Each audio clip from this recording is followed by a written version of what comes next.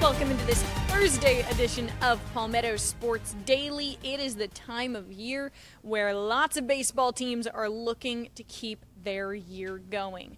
We've got our whole team here, Bronwyn in Charleston, Carmine in Greenville, and Rick in Columbia. I'm Tegan here in Myrtle Beach. We're going to start out with Coastal Carolina today. The Chants started their run in the Sun Belt Tournament yesterday with a game against Louisiana, which was, of course, the team that beat them in the last series of the regular season. They beat the Chants 2-1. Coastal Carolina was looking for some revenge yesterday, and from the start, it really did not look like they were going to get it. Coastal Carolina scoreless in those first 4 innings, while the Raging Cajuns were able to put 7 on the board. Now, if there's one thing about this Coastal Carolina team, it's that they are capable of mounting a comeback. It's just the question of if the comeback actually works out. In this case, Coastal Carolina putting up 4 runs in the 5th, another 3 in the 6th, and in the bottom of that 9th inning, 4 runs. This game, guys, while I was on air yesterday in my sportscast, they just kept scoring, and I kept having to update the people. In the end, though, Coastal Carolina fell in that game 12-11. Really tough to see, as they were almost capable of mounting that comeback, getting a little bit of revenge. But that is not the end of the year for Coastal. It's not even the end of their run in the Sun Belt Tournament, because as we are recording today's show on Thursday, Coastal Carolina back on the diamond against App State. Now, that was a team that they did beat during the regular season. In that series, Cam Fluke on the mound for the Chants today. It's questionable if it'll look a little bit different today on the mound. Yesterday, Coastal Carolina using 6 pitchers, I believe. They had Luke Jones out there for the first 2, and it was designed just to have him out there for those couple of innings before they put a whole bunch of other arms in. But definitely the question of if Coastal Carolina will at least be able to stay in the Sun Belt Tournament today. They need a win against App State to do that. Bronwyn, I know that the College of Charleston is also looking to fight. Yeah, unfortunately, they've lost that fight. CFC going down today. They actually went 0-2 in their tournament. Today, they lost both games. Coach Holbrook last week, or actually this week when we talked to him, said they just knew they had a struggling season. They knew when they got off the bus playing Wilmington, they knew it wasn't going well for them.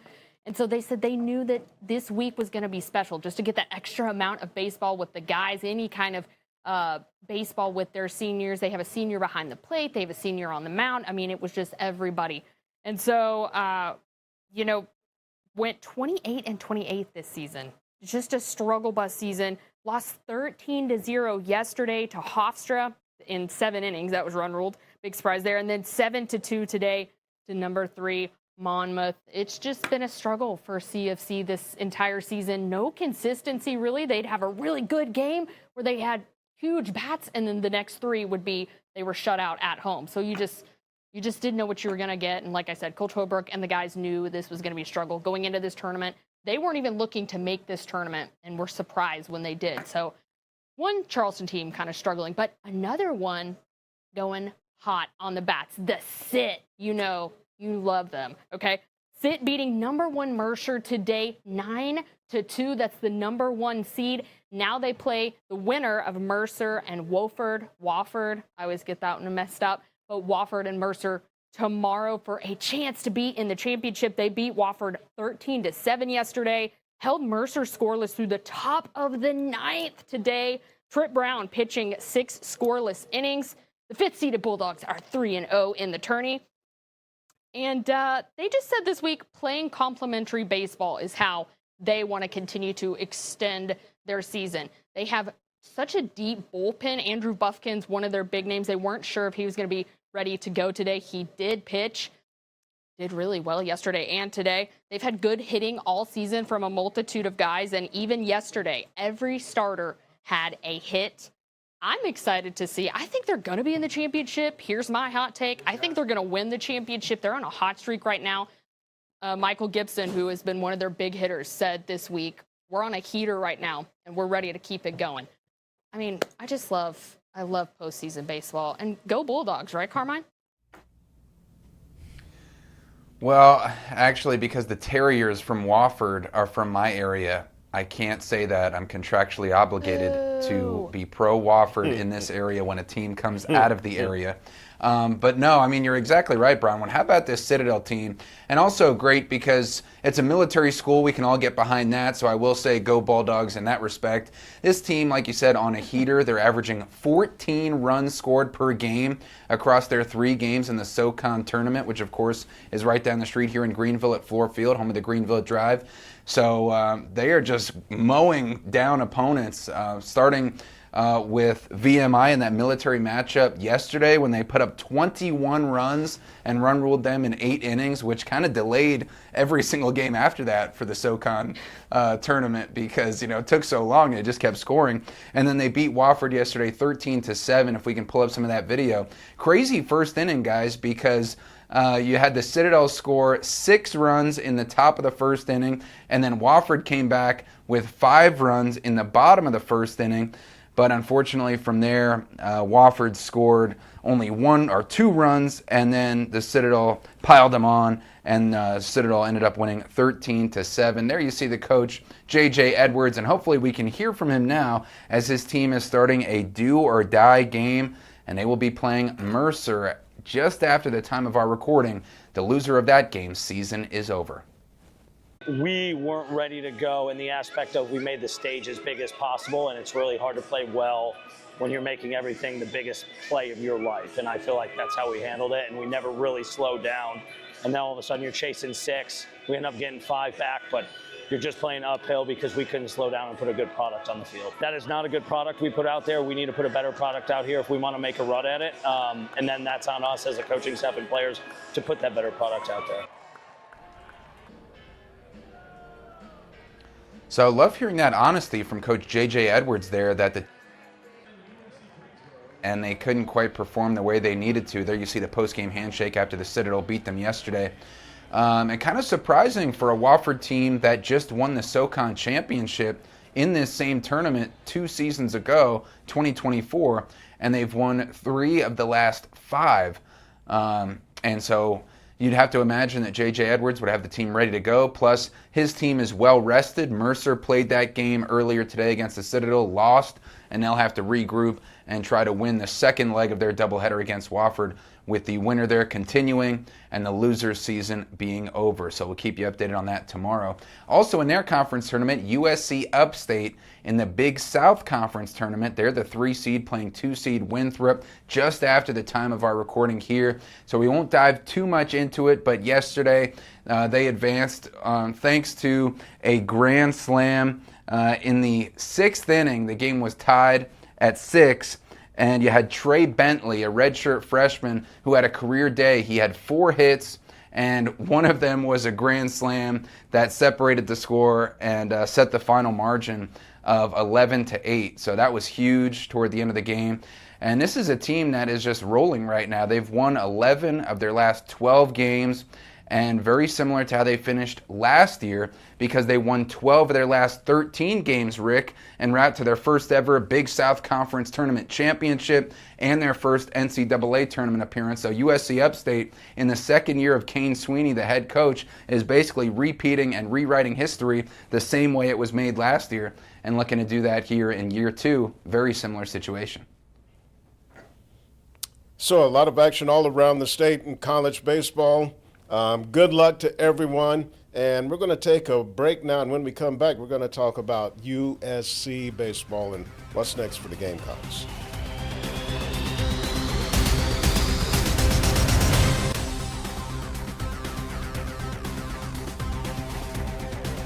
And welcome back to Palmetto Sports Daily. We're going to continue the college baseball conversation, this time with the South Carolina Gamecocks. And USC fans find themselves in a familiar position. Well, not in position to make a long run at the SEC tournament. Even when Ray Tanner had it really going with this program, he only won 1 SEC championship. But here's why. He took them to Omaha 6 times. They won 2 national championships, played for 2 others. And I used to joke with Ray all the time. Hey, you know what? It really doesn't matter what you do in the SEC tournament, because you know you're going to be a top 8 national seed. You're going to host a super regional. And he just kind of chuckled about it and said, nah, we want to win every game. But Okay, now the past couple of years, they're not in that position because they just haven't been very good. They lost 35 games this season. They're looking for a new head coach. Interim head coach, Monty Lee, a lot of experience as a head coach here in this state. He was the head coach at the College of Charleston, also Clemson, returned to Carolina where he was an assistant as associate head coach. Now, we're going to hear from Monty. He's going to talk about the mindset the next head coach at USC needs to have, and it may sound very familiar to you. Let's listen to Monty. It's got to be someone who this is their dream opportunity. You know, it can't be a financial situation, you know, quite honestly. I've seen how that goes too. It's got to be, I want to go to South Carolina no matter what they pay me because that's where I want to be. I know the tradition. I know all the success that the program's had, and I want to be a part of that. I think you got to find someone who is super, super excited about the opportunity and not looking at it as a step up in regards to, money and all of those things. I think that's a big deal. Got to find a guy that's got a burning desire to be here. We didn't play like the way we should have. I mean, I think any one of our players would say this guy deserves a job next year, and he's our leader, man. We're his soldiers, and I think we would run through a brick wall for this guy. So. Yeah, Monty grew up just about a half hour away from the USC campus in Lugolf, and he's had so much coaching experience right here in this state, knows all about the high school recruits. So, Carmine, when you listen to Monty give that description of what the qualities the next coach should have, who does it remind you of? Well, it reminds me of Monty Lee himself, which makes sense because I'm sure he wants the full-time head job himself. And despite the 13-game losing streak that they finished on, worst season ever for Gamecocks baseball, like we mentioned, right at the bottom of the SEC, first-round exit of the tournament, to hear a player just to his side, Rick, advocate that they want this guy back, or at least that one player does. I'd imagine several other players feel the same way. That's a huge vote of confidence, Tegan, and he's also, I love because Monty Lee has that southern draw, seems like a guy you want to sit down and have a drink with, but he's very smart, very intelligent, obviously with the baseball success that he's had at his other stops, in addition to backing up there at South Carolina, which hasn't turned out as well as he would hoped. But he's also kind of going against a prospective outside hire, pretty directly actually, like a Kevin Schnall over at Coastal Carolina, who we mentioned would be in consideration for this job and would probably be a pay bump. I'm not exactly sure, but you'd have to imagine from the Sun Belt to the SEC. So have you heard any updates there with Kevin Schnall or other candidates that may be on Coastal staff that could possibly fill this position? Well, I haven't heard any. Oh, well, I was going to say, Rick, I haven't heard any direct, information that it's confirmed or anything like that. But, of course, people all over Twitter continue to kind of guess that that's something that could potentially happen. Of course, the South Carolina fan base, from what I've seen on Twitter, that's something they would be really excited about, much to Coastal Carolina's fans' dislike when it comes to that. But, yeah, I'm sure it would be a pay bump. And then another thing that we've talked about on the show before is when we asked Kevin Schnall about this in a press conference when the rumors really started bubbling up. Something he brought forward was that Coastal Carolina doesn't have all the resources he needs, but he appreciates the, AD and the university staff and the fact that they're trying to make it possible to bring in those resources. But it very much so seemed at the time like, hey, if there's anybody out there that has these resources that I need to build a championship winning baseball team, like kind of inviting them to talk to him almost, it felt like. So I don't know, nothing in stone yet. Of course, Coastal Carolina is still focusing on this postseason run, but it could be a interesting development, Rick. Yeah, from what I can gather and what I've been hearing, I think South Carolina is going to make a very hard push at Kevin Schnall. And it could come down to a bidding war between the Gamecocks and another Power 4 school. I mean, he's going to be a guy, well, he is a guy who is very much in demand and you mentioned higher salary, more resources, and so he's kind of like giving you a little peek behind the curtain of what it would take to pry him out of Conway. So I think once Coastal Carolina is done with their postseason run, things will get very, very interesting when it comes to Kevin Schnall. Yeah, and honestly, it's kind of sad. I mean, of course, everybody who's watching this show, all of us have a certain monetary motivation. You get flashed of cash. You're like, oh my goodness, wow, this is huge. But I mean, this is a guy who just led the team to the College World Series championship round, and now he's gonna, if he does decide to do this, which, like we said, we don't know, for a pay raise, more resources, but a depleted team. Versus a team that's going to be into the NCAA tournament and 1 year removed from the College World Series, and who knows what they can do at the end of this. Bronwyn, it makes me, I mean, you don't know what's going to happen, but you wouldn't be surprised if the money ruled the day and the resources over a winning program that you've been a part of and helped build. I wish that kind of, meant a little bit more. But then again, I'm not sitting there with a $1 million offer versus a $3 million offer. So I can't really make a ruling on that myself. Yeah, I feel as the resident Arkansas fan who has been a part of the whole, our team is dire straits. We got to have something of a complete overhaul.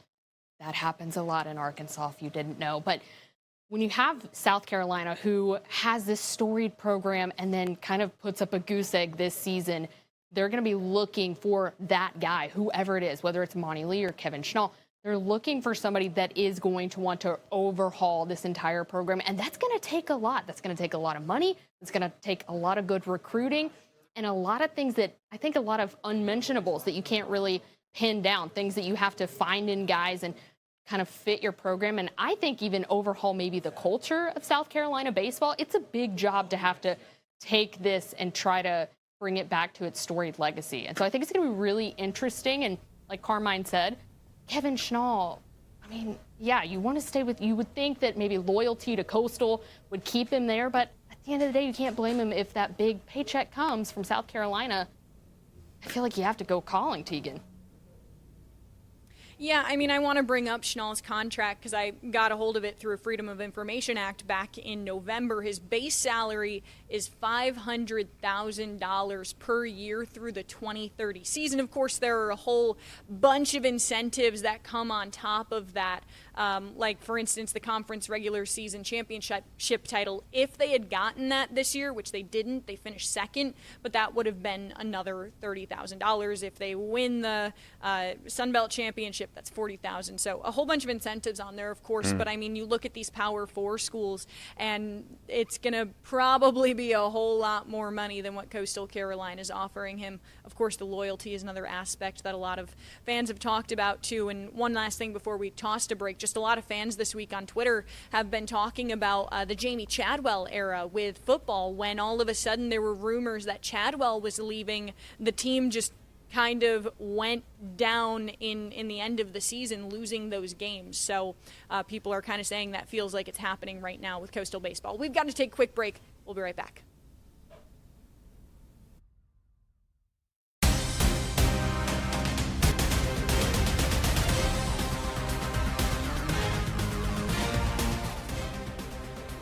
Welcome back to Palmetto Sports Daily. We've been talking lots of college baseball, but now to a very interesting high school baseball story from my neck of the woods. Now, if you weren't listening yesterday to Palmetto Sports, here's the rundown, okay? We have Hanahan and Oceanside. Hanahan beat Oceanside on Saturday. With that win, Hanahan got home field advantage in the finals.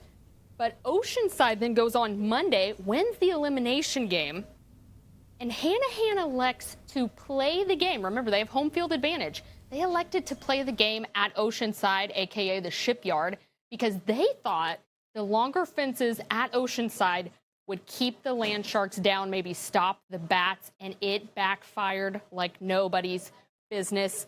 Oceanside beats Hanahan in the first game 16-9. That's game one. Game two, 12-0. insane. Oceanside goes on to start the title series on Saturday. Hanahan, Dunzo. I just can't imagine. I can't imagine a worse decision for Hanahan. Why would you ever not play your own home field? I just don't know. I don't know, Rick, but I know you have a lot to say about this. I want to hear it. Yeah, let me tell you, one of the most puzzling, dumbest decisions I have ever heard. Now, can you imagine Oceanside Collegiate when they found out that Hanahan was giving up their home game to come to their place? Oh, my God. God. Man.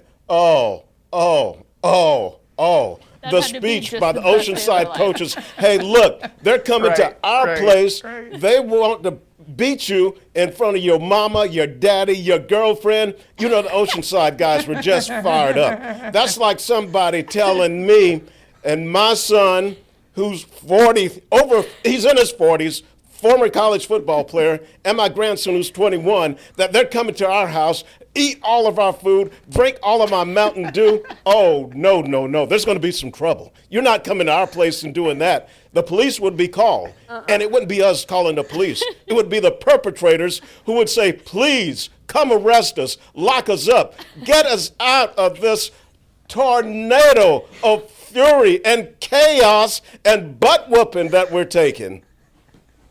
Man, just unbelievably Just crazy. dumb. All right, well, that's going to wrap it up for this segment of Palmetto Sports Daily. We'll be right back to wrap it up.